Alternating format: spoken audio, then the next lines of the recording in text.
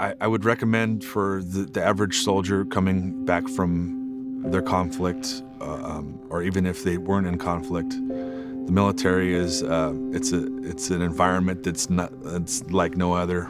And if you find yourself not able to cope with dealing with situations when you're in the civilian world, to get into PTSD training is what I want to call it. When I noticed a big change in kind of identifying what my issue was when one of my friends got back from, I believe it was Iraq, and we were sitting in a car, and all of a sudden it's like she wasn't there.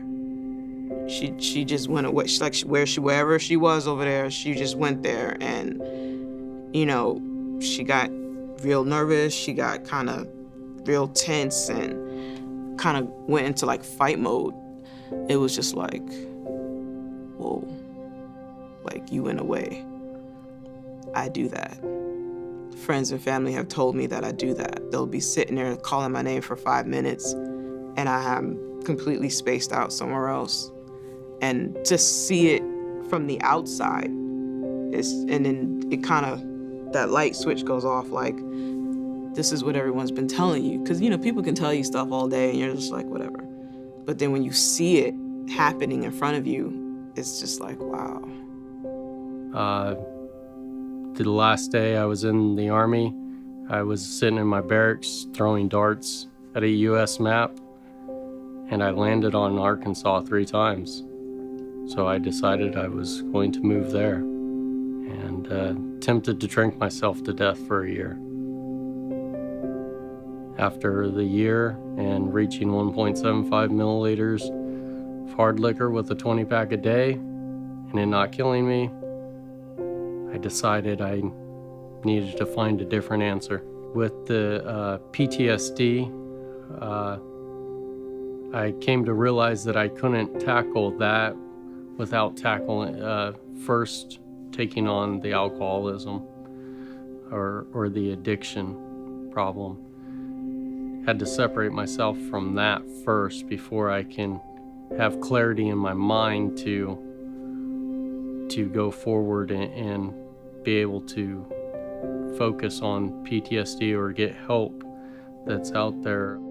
I think a lot for myself was I blamed myself a lot for not handling things because I was weak or because I was suicidal, that there was something else wrong with me.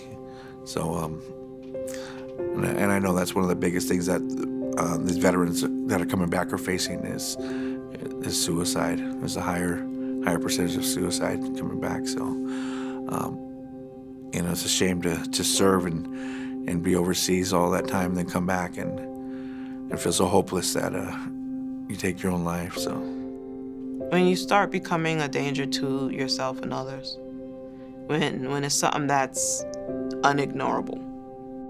But we had an incident happen in Gilroy. I'd met with the family prior to the incident, and long story short, we had a veteran wound up killing himself, his mom, and his sister.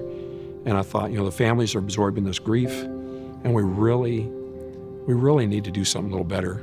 The key thing, though, is to get a handle on it early on. If you're going through post-traumatic stress issues or TBI, first of all, don't try to diagnose yourself. Let the experts do that.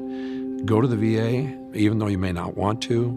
There's nobody knows this stuff better than they do. And the big thing I would encourage you to do is whoever your significant other is, it might be a husband, wife, boyfriend, girlfriend, mom, dad, aunt, uncle, whatever. Realize, number one, they're not the enemy. They're there to help you, but they are struggling just as much as you are. So work with them. Don't make them have to work against you, work together. And that would be my advice, just a short version of what to do.